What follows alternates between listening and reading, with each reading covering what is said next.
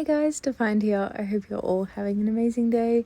And today I'm going to be going through some of my top tips to get rare in Animal Jam in 2026. These are all a tried and true method as I quit the game and I've come back and I've started building back up my worth. So I just wanted to give you guys some tips. This has been a highly requested video. And please let me know down in the comments if these are something that you do, or if you're going to take these tips on board. Thank you so much for watching, and I hope you enjoy. Number one, and this is probably one of the biggest tips I have to give you guys, is check item worth. I've got so much stuff on my account that I had no idea would be worth anything, so please go through your accounts. A lot of armor, some of the rims that came out, like the party hats, and the feather boas, they're all worth up to like 30 diamonds now. So go through and check what your items are worth, because you never know, you could be holding onto something that you could be selling in a shop. And I would also like to say I bought my rim headdress using diamonds. All the profit that I made, or all the diamonds that I made from the stuff in my inventory that was just sitting there doing nothing, I ended up buying a rim headdress for like 3,300 diamonds. So that just goes to show that it is worth looking into your inventory and trying to find out what each item is worth.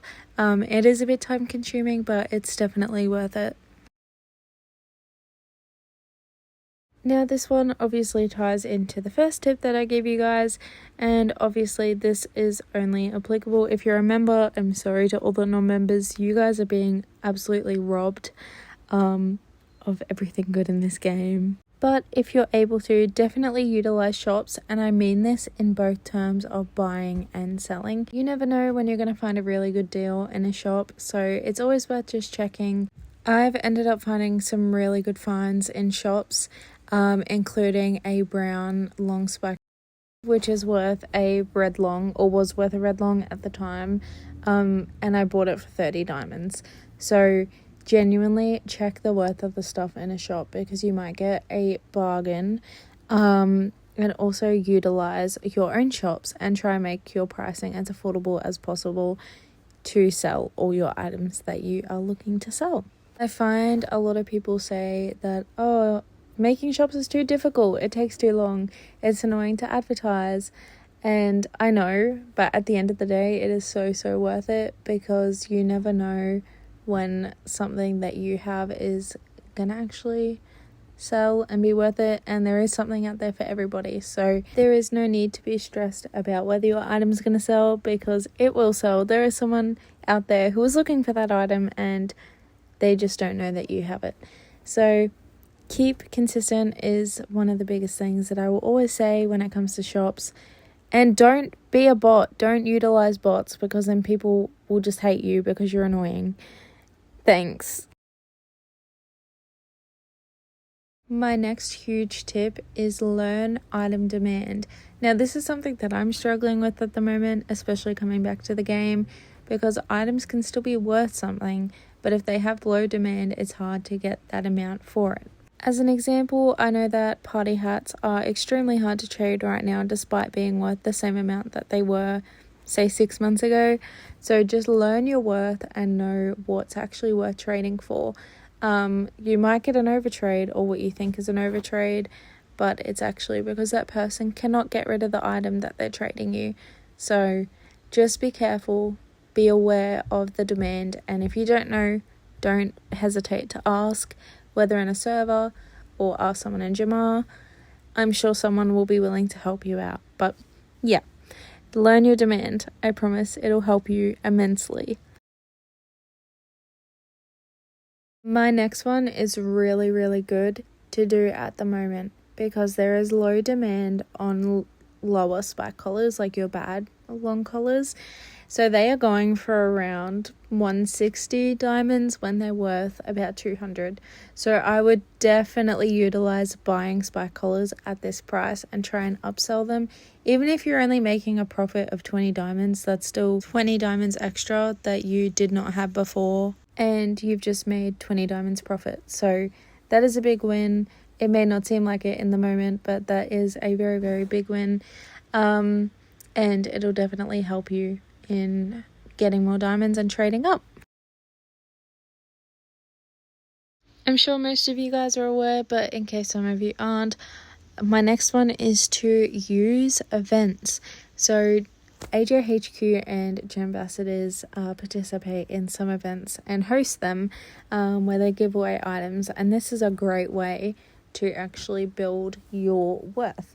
Alongside that, there's also countless giveaways over on Instagram and in Discord servers.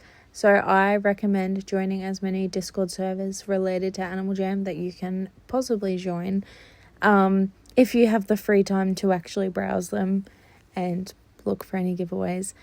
Otherwise, it's kind of a bit of a pain in the butt. But yeah.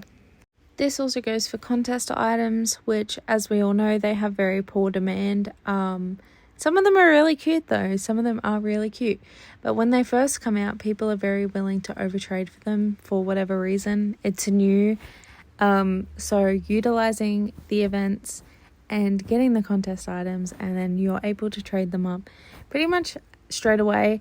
I wouldn't really hold on to any contest items and be like, oh, what if it goes up or whatnot, because it's a contest item. It's going to have bad demand anyway, and it's very unlikely that you're actually going to make more worth off that item, especially after it sort of loses its novelty and people are like, I don't really like it anymore, because that's very, very common, especially with contest items.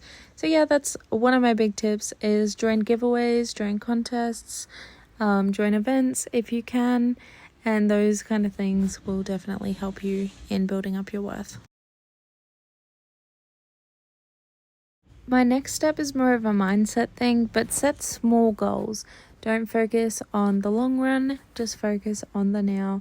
So for example, if you are trading and you have a dream item in mind,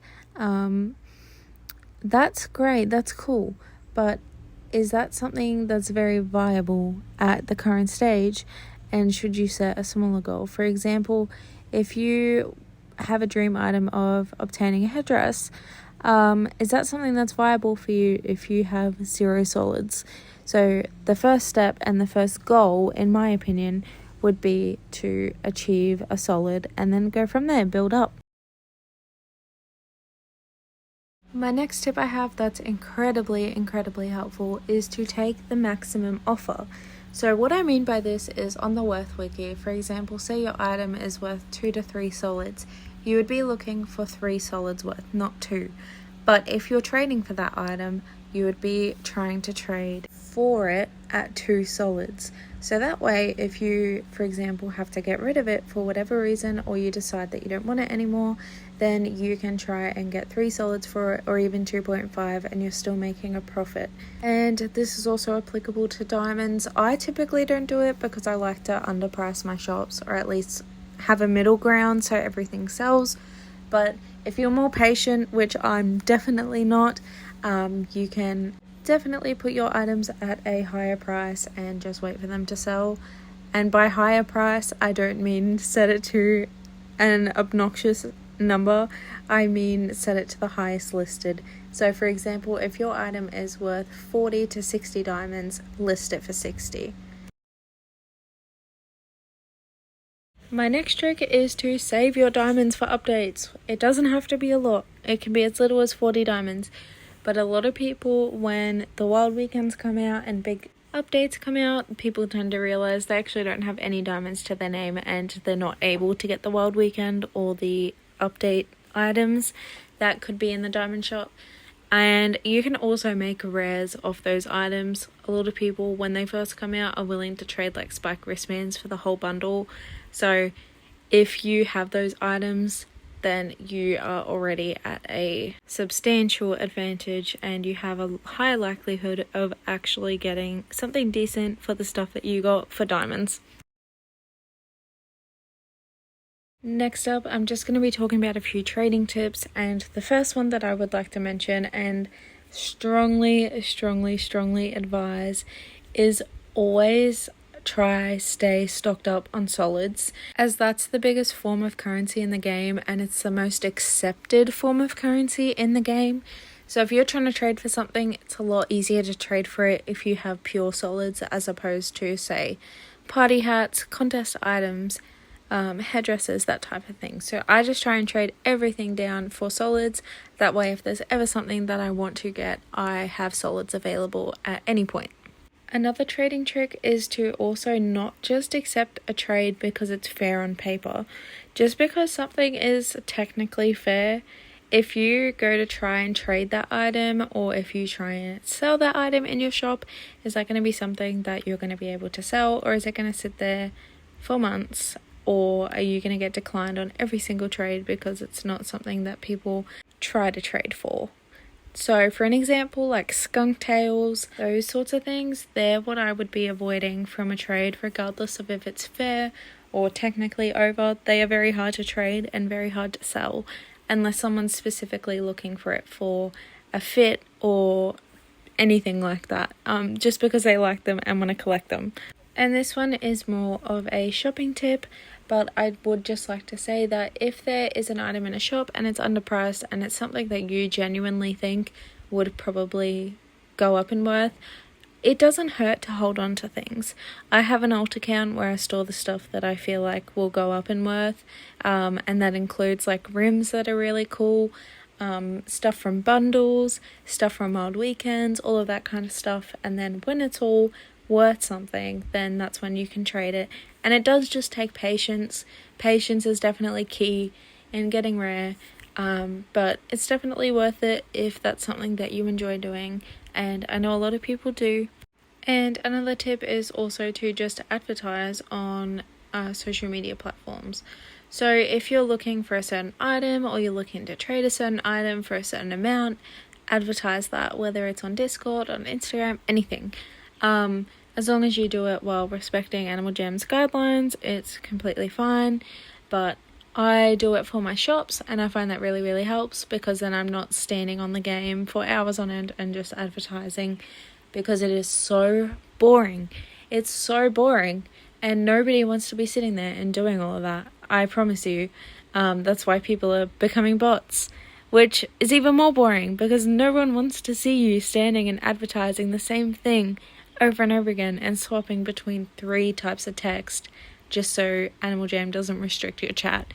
It's so frustrating. But on that note, support people who aren't actually being lazy, and support the people who are actually standing there and advertising. Most of the time, the people who say that they're idle, they're not actually idle, they are bots. So just be mindful of that. But anyway, I am going to wrap this up there. I hope you guys enjoyed these tips. I hope they were helpful. Please comment down below what your thoughts were, if any of these are helpful, and if you're going to take any of these into account when you're trading or shopping. And I hope this helps at least one of you. Thank you guys so much for all the love and support, and I will see you guys in the next one. Bye!